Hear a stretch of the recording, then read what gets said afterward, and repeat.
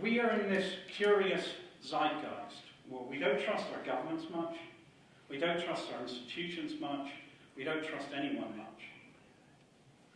And as a result, we don't trust what we're told. And one of the key things that you're seeing here is mountains of information, just like MH17, mountains of information put in there to add to that sense of distrust, add to that sense of confusion, to make us basically say, goddamn, I don't know, stuff it. My name is Rose Tuxapace, and I was just wondering, you said there's a narrative for every audience, and there is also a narrative for the Netherlands. I was wondering, could you enlighten us on that narrative? I would say that the narrative that the Russians have applied to quite a lot of Europe is, first of all, they've wanted to muddy the waters over MH17, because that's a weak point for them. So it's very, very important to them that you should be uncertain about MH17. They also wanted to play for time, because, let the passions cool. If you had said to me 10 years ago that a European nation, could do the things that have been done in the last 2 years and pay the price that they have paid and not more, I'd have been surprised. Yes, they've got sanctions. Would you have expected them to be more? Yes, they've got sanctions. Would you expect people to be talking? I mean, 2 weeks ago, a week ago, you got the MH17 report. Okay? Now, we're still talking about lifting sanctions. Now, it's up to you whether we think we should or not, but in the circumstances, isn't it pretty damn amazing that people be talking about lifting sanctions?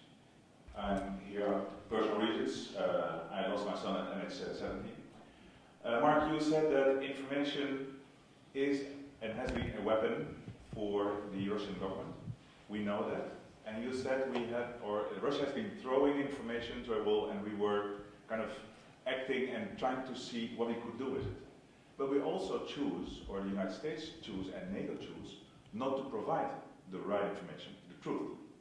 So the Joint Investigation Team needed 2 years, or more than 2 years, to go after the truth and gave all the possibilities to Russia to counter the truth. So isn't there also a responsibility for our own Western governments to provide the truth? Okay, well, first of all, I'm sorry for your loss.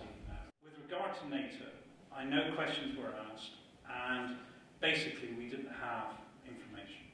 I mean, I'm only very peripherally aware of that because of my position, and I'm not there. So I don't think NATO, I personally don't believe NATO held anything back. I don't believe that the JIT has taken a day longer than it needed to take to do what it had to do. I'm personally, I'm an interested observer rather than an insider, but I think they've done an amazing job. The issue, though, is that what they've had to do is prove something that could have been admitted. What we now know was that, a Russian book came from Russia, went there, parked itself up, shot down an airliner, and then moved off. And since then, the Russians have been denying it. If the perpetrators of the crime refused to admit that they did it, then the JIT had to do what it did, and that was to do a forensic criminal investigation, and against, if you like, hostile witnesses. That takes a hell of a long time, and it's taken a hell of a long time.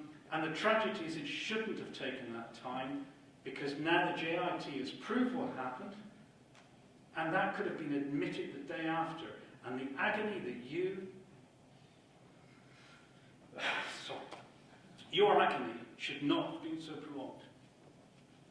In what respect is this fundamentally different from Bolshevik or communist disinformation policies in the 20s, 30s, 50s, 60s? Because disinformation was also the word, you say many techniques date from decades ago. So when we are thinking of a strategy now, why can't we counter their old strategy in New Jacket with our old strategy? Yes, you're correct. The tools and techniques what Putin regime is using is exactly the same what was during the Cold War time. What is different today is that there is missing this good narrative.